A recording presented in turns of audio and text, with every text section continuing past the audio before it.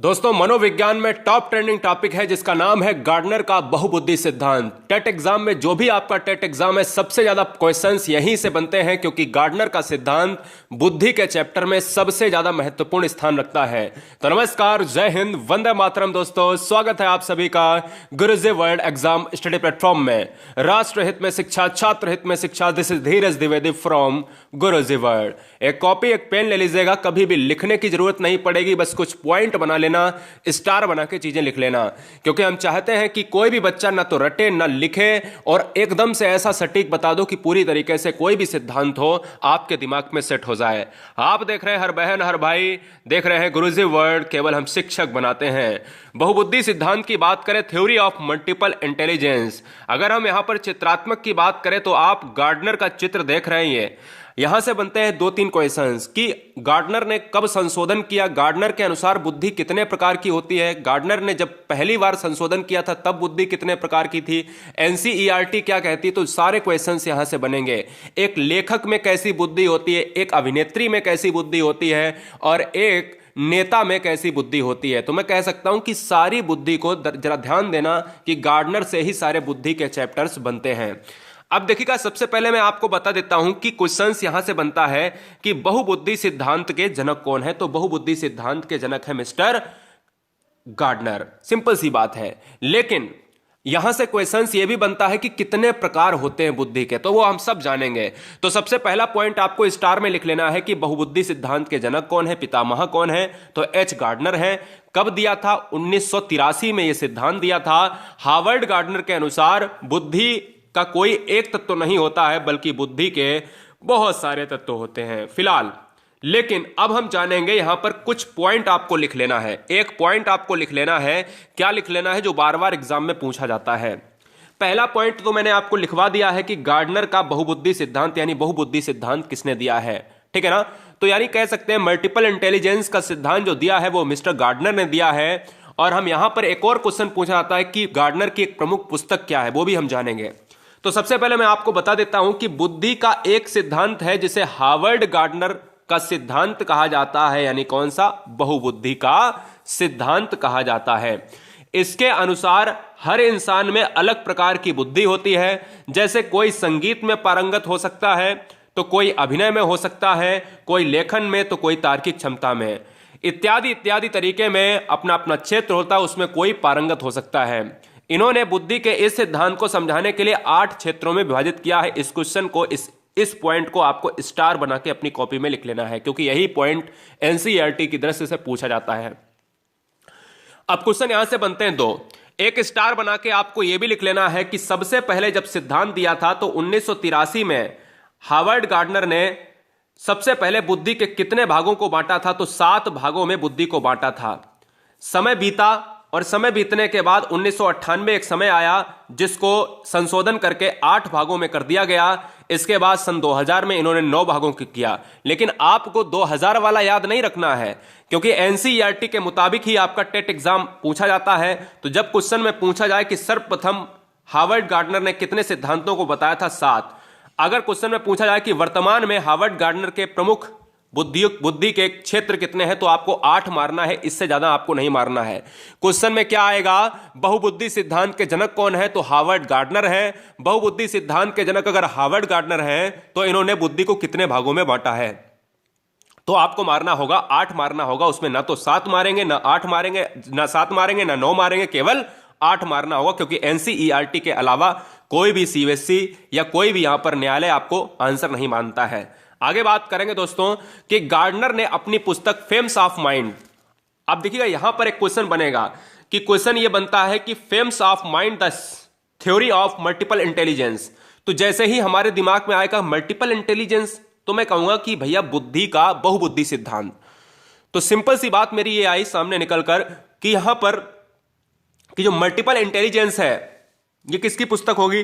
तो Harvard gardener की होगी, ठीक है ना। इन्हीं में, इसी पुस्तक में इन्होंने 8 भागों को, बुद्धि को 8 भागों में जो विभाजित किया उसको बहुत अच्छे से डिस्क्राइब किया है। अब हम एक एक भाग पढ़ लेते हैं कि भैया बुद्धि के 8 भाग कौन से हैं। खैर, मैं यहां पर आपको बता देता हूं, एक भाषागत है, एक तार्किक है, एक देशिक है, एक संगीतात्मक है, शारीरिक गति संवेदी है, अंतर्वैयक्तिक है, अंतः व्यक्ति है, प्रकृतिवादी है। ऐसे कुछ नहीं आपको समझ में आएगा, मैं बिलिंगुअल में ही समझाऊंगा, दोनों भाषाओं में समझाऊंगा, टेंशन नहीं लेना। अब बात आ जाती है यहां से क्वेश्चन केवल इतना बनता है कि बुद्धि का बहुबुद्धि सिद्धांत हार्वर्ड गार्डनर ने कितने भागों में बांटा है? तो 8 भागों में बांटा है। इसको आपको याद करने की जरूरत नहीं, केवल डिजिट आपको याद रखना है। 8 भागों में बांटा है।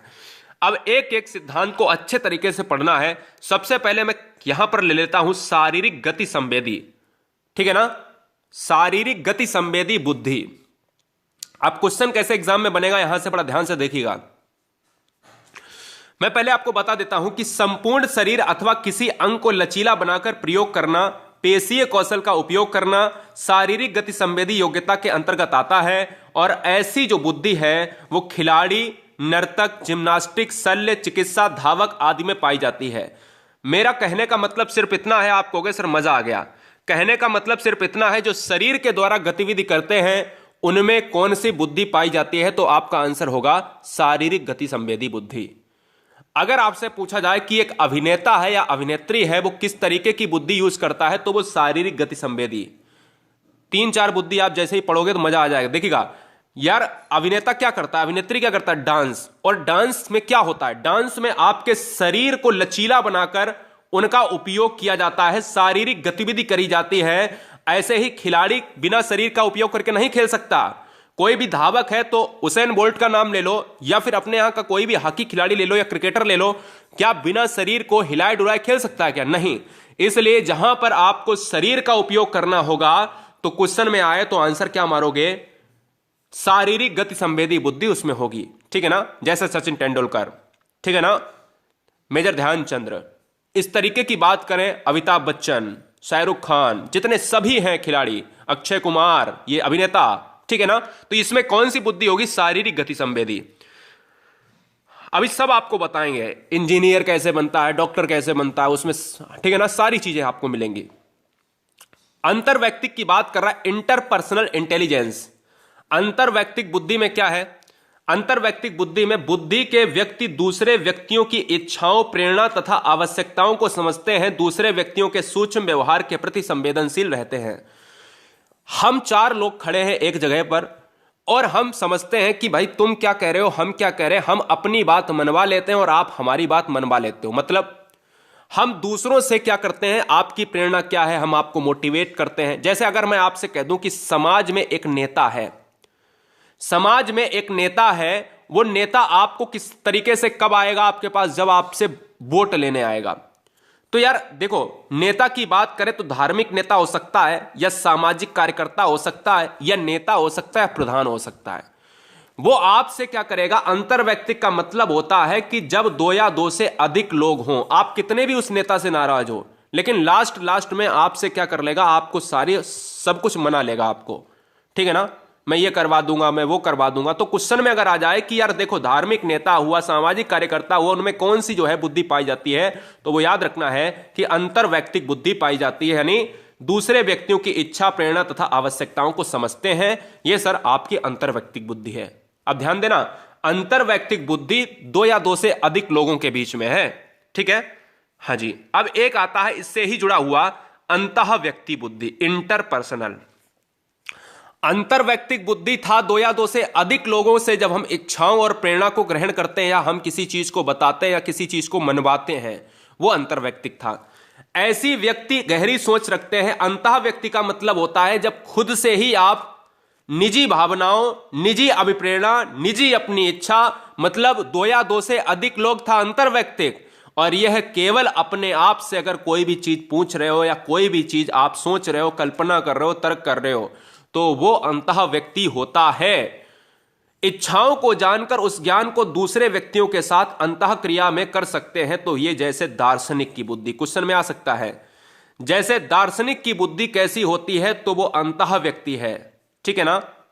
डिजाइनर की बुद्धि कैसी होती है? वो अंतः व्यक्ति है, खुद वो सोचता है, तर्क करता है, चिंतन करता है। जब खुद है तो अंतः व्यक्तिक, बहुत सारे लोग हैं तो अंतर्वैयक्तिक। पॉइंट नंबर 4, भाषागत में क्या है? लिंग्विस्टिक जिसको कहते हैं। ऐसे व्यक्ति जैसे कवि, लेखक, ऐसे व्यक्ति जिनकी भाषा पर बहुत अच्छा ज्ञान यानी पकड़ होती है, जैसे अगर बात करें पत्रकार, ठीक है, इन्हें भाषाओं को सीखना तथा अन्य शब्दों का प्रयोग करना बहुत अच्छी तरीके से आता है। सवाल को इस तरीके से पूछ लेंगे, आपसे उत्तर भी निकलवा लेंगे।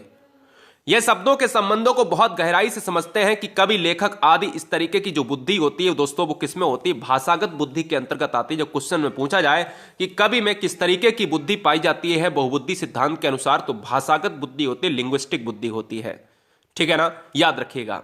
बहुत बढ़िया। पॉइंट नंबर 5 है कि कह रहा तार्किक जो है गणितीय, लॉजिकल मैथमेटिकल, ये तार्किक जो है गणितीय बुद्धि किसमें पाई जाती है?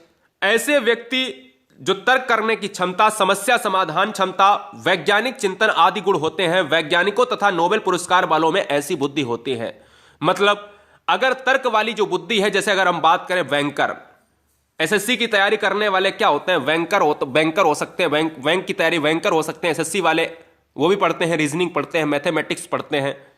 तो मैं कह सकता हूं कि जो मैथमेटिक्स से जुड़ा हुआ है, रीजनिंग से जुड़ा हुआ है, फाइनेंशियल से जुड़ा हुआ है, ऐसे सभी बच्चे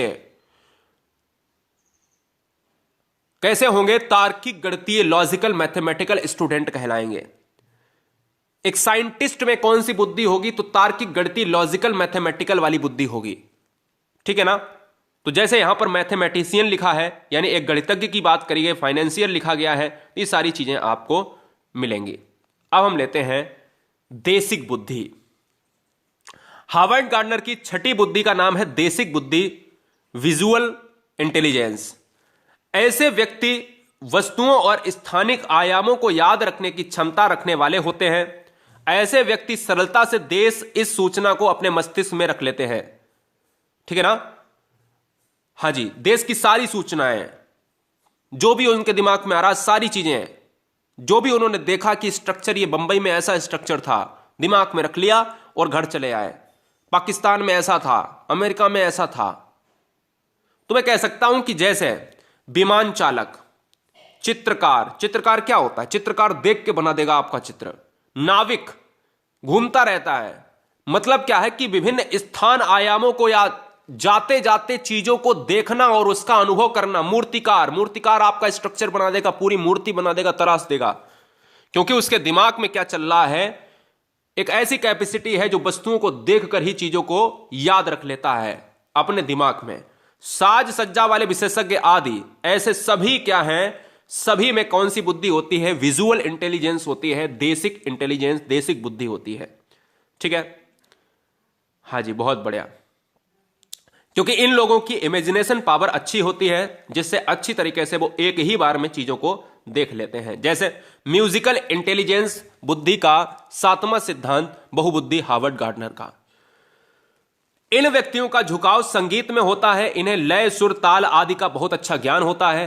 इनमें संगीत का सही उपयोग करने की क्षमता होती है, यानी संगीतकार, म्यूजिक कंपोजर, गायक इत्यादि में संगीतज्ञ बुद्धि पाई जाती है, म्यूजिकल इंटेलिजेंस पाया जाता है। मतलब मैं आसानी से कह सकता हूं कि जो संगीतकार होते हैं उनमें कौन सी होगी? तो मैं कह सकता हूं संगीतकार में संगीतज्ञ वाली बुद्धि तो होगी ना, तो मैं कह दूंगा अरिथमेटल वाली होगी। तो सिंपल सी बात है, ऑप्शन नंबर जो भी होगा वो क्लियर कर लेना। हम चलेंगे यहां पर 8वीं बुद्धि और लास्ट बुद्धि है प्रकृतिवादी, नेचर वाली बुद्धि, यानी हम कह सकते हैं नेचुरलिस्टिक इंटेलिजेंस। सिंपल सी बात है यार भैया, सिंपल सी बात है कि बुद्धि वाले व्यक्ति प्रकृति के प्रति संवेदनशील होते हैं। इन्हें प्रकृति के साथ रहना, पेड़ पौधे, जानवरों की देखरेख में रुचि होती है। जैसे वेटनरी डॉक्टर्स जानवरों के प्रति क्या करते हैं? इनको रुचि होती है और कोई भी रोग हुआ दवा दी सही करने में कोशिश करते हैं। वनस्पतिज्ञ मतलब कह सकते हैं कि जो भी आप प्लांट से जुड़े हुए सारी समस्याओं को देखते हो कि किस तरीके से यहां पर प्लांट उगते हैं, किस तरीके से इनका संरक्षण किया जा सके। वातावरण विशेषज्ञ, प्रकृति की सारी चीजों से संबंध रखने वाले जितने भी होंगे, चाहे वो डॉक्टर हो, चाहे वो साइकोलॉजिस्ट हो, चाहे वो कोई भी विशेषज्ञ हो, उसमें प्रकृतिवादी बुद्धि पाई जाएगी। चाहे वो नहरों से जुड़ा व्यक्ति हो, चाहे वो पानी से या वनों से जुड़ा व्यक्ति हो, चाहे पूरे एनवायरनमेंट से जुड़ा व्यक्ति हो, वो प्रकृतिवादी बुद्धि रखेगा। तो दोस्तों ये 8 प्रकार की बुद्धि को आपने अच्छे तरीके से पढ़ा है। चैनल को सब्सक्राइब कर लें अगर आप बनना चाहते हैं शिक्षक या शिक्षिका। हर बहन हर भाई यहाँ पर ऐसे ऐसे टफ चैप्टर्स को मिनटों में खत्म कर देते हैं। बस कुछ पॉइंट जरूर लिख लेना, इन 8 पॉइंट को आप जरूर लिख लेना। और उम्मीदों के साथ कहते हैं कि कोई भी बच्चा एग्जाम में 1 नंबर कम ना लाए। मैं बात करता हूं बहुत सटीक करता हूं, क्योंकि मुझे पढ़ाने पर भरोसा है और आपको पढ़ने पर भरोसा होना चाहिए। चैनल को सब्सक्राइब करने के अलावा दूसरा काम यह है कि टेलीग्राम ग्रुप की लिंक नीचे है डिस्क्रिप्शन बॉक्स में, और डिस्क्रिप्शन बॉक्स से टेलीग्राम लिंक को क्लिक करके ज्वाइन करें ग्रुप और फ्री में पीडीएफ को प्राप्त करें। वंदे मातरम, आदाब, सत श्री अकाल, ताल ठोकर, जय महाकाल, इंकलाब जिंदाबाद, जय श्री राम, जय श्री कृष्णा, वंदे मातरम।